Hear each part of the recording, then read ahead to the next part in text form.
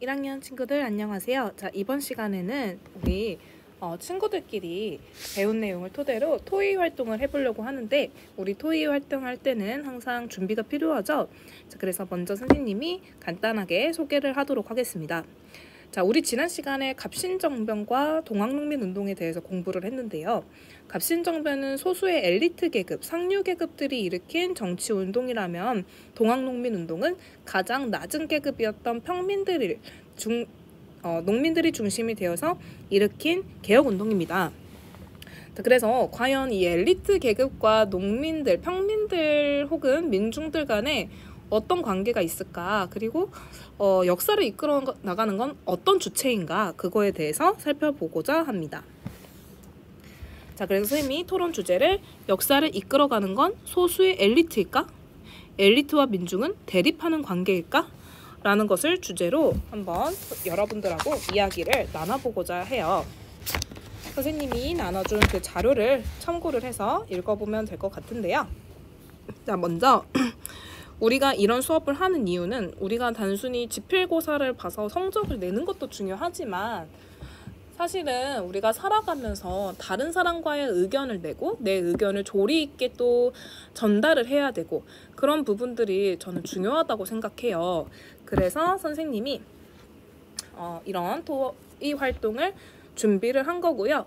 역사적 사건이라는 것은 하나의 그런 암기가 아니고, 다양한 각도에서 생각을 해보고 그 과정에서 또 나의 의견을 만들어 나가는 과정이 중요하다고 생각해요. 그러면서 역사의 진짜 재미를 느꼈으면 하는 바람에서, 그리고 우리가 지식인으로서 또 지식을 쌓아가는 과정에서 선생님이 이 활동을 한다고 생각하면 되겠습니다. 그리고 토의 활동을 할 때에는 당연히 친구들의 의견 경청해야겠죠. 의사소통 능력도 기르는 연습을 해보겠습니다. 자, 그러면 내용 한번 볼게요. 자, 민중과 엘리트는 대립하는 관계일까요? 아니면 서로 협력할 수 있는 관계일까요? 자, 조선은 강화도 조약 이후에 나름대로 사양 따라잡기를 시작합니다. 자, 이것을 우리는 개화정책이라고 부르는데요. 그렇지만 이런 변화 속에서 새로운 조선을 꿈꾸는 젊은 엘리트들도 등장하게 돼요.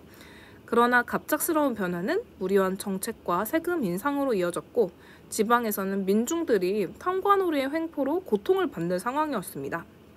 정부가 개화정책을 추진하는 동안 조선의 엘리트와 민중은 각자의 방식으로 조선을 바꾸려고 합니다.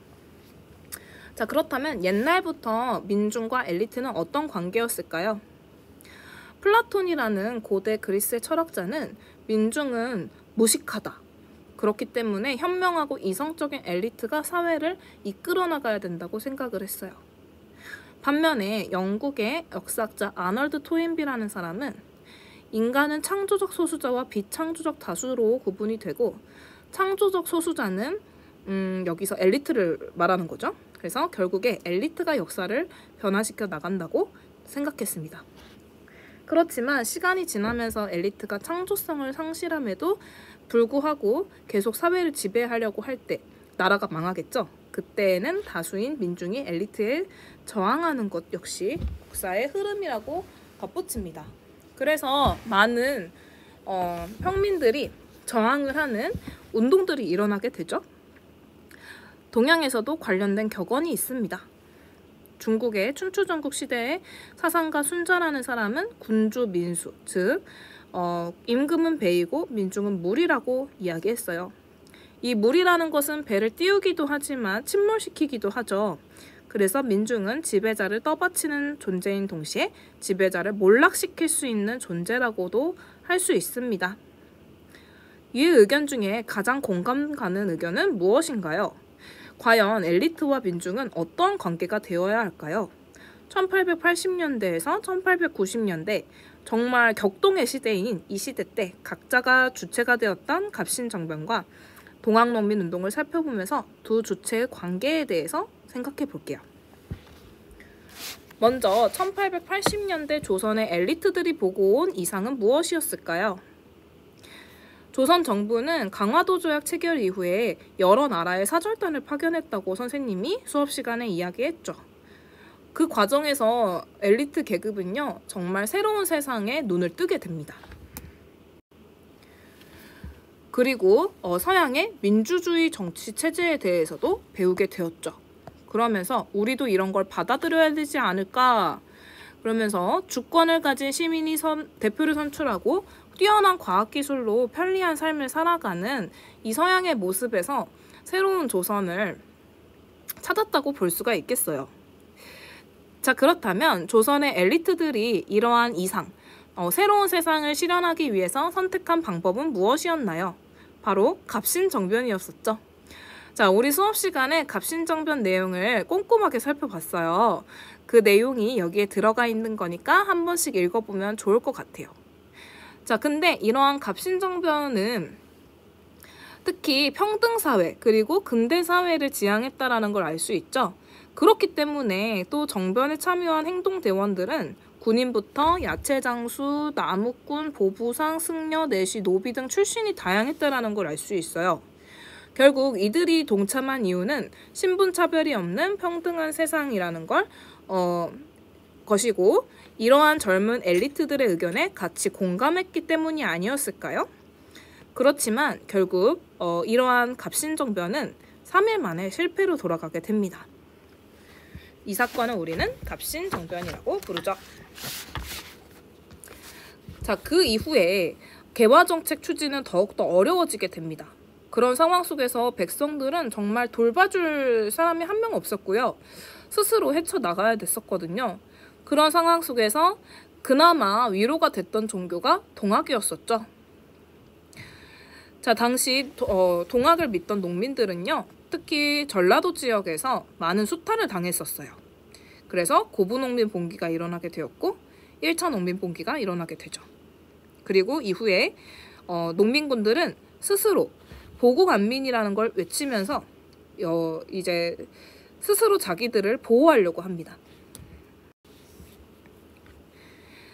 자, 그래서 동학농민 운동이 일어나게 되었는데 문제는 이 조선 정부가 이걸 또 진압하려고 외세를 끌어들이게 되죠. 그러면서 더욱더 문제가 생기게 됩니다.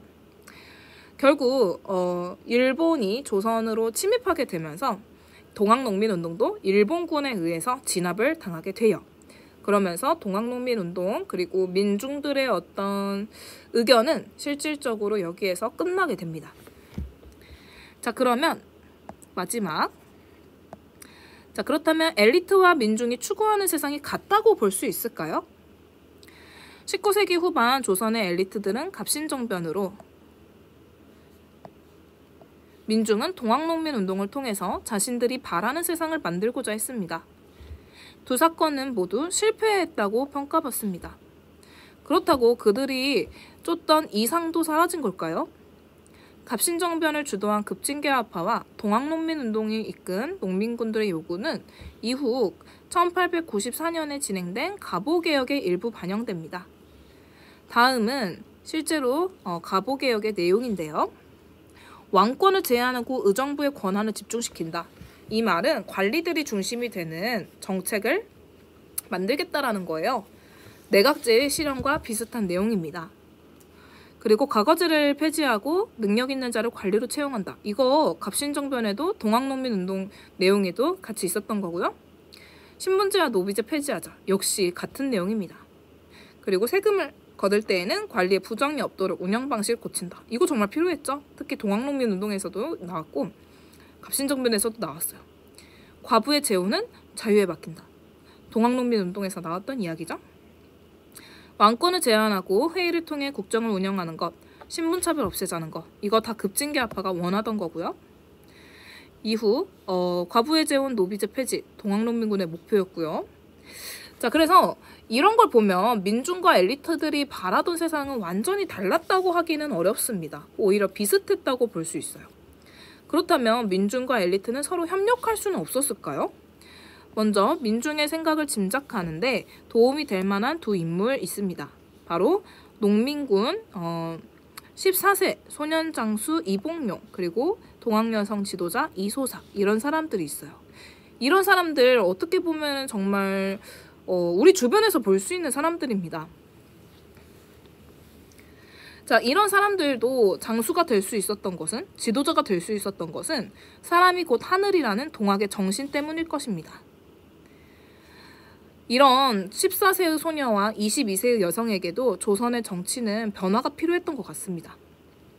사회를 이끌어 나가던 엘리트 혹은 기득권층에게 평등을 추구하는 민중의 움직임이 어떻게 느껴졌을까요? 동학농민운동이 진행되던 당시 양반 대부분은 동학평등사상이 조선의 신분질서를 어지럽힌다고 보았습니다. 그래서 양반 계층은 농민군을 공격하기 위해서 군대를 만들기도 했어요.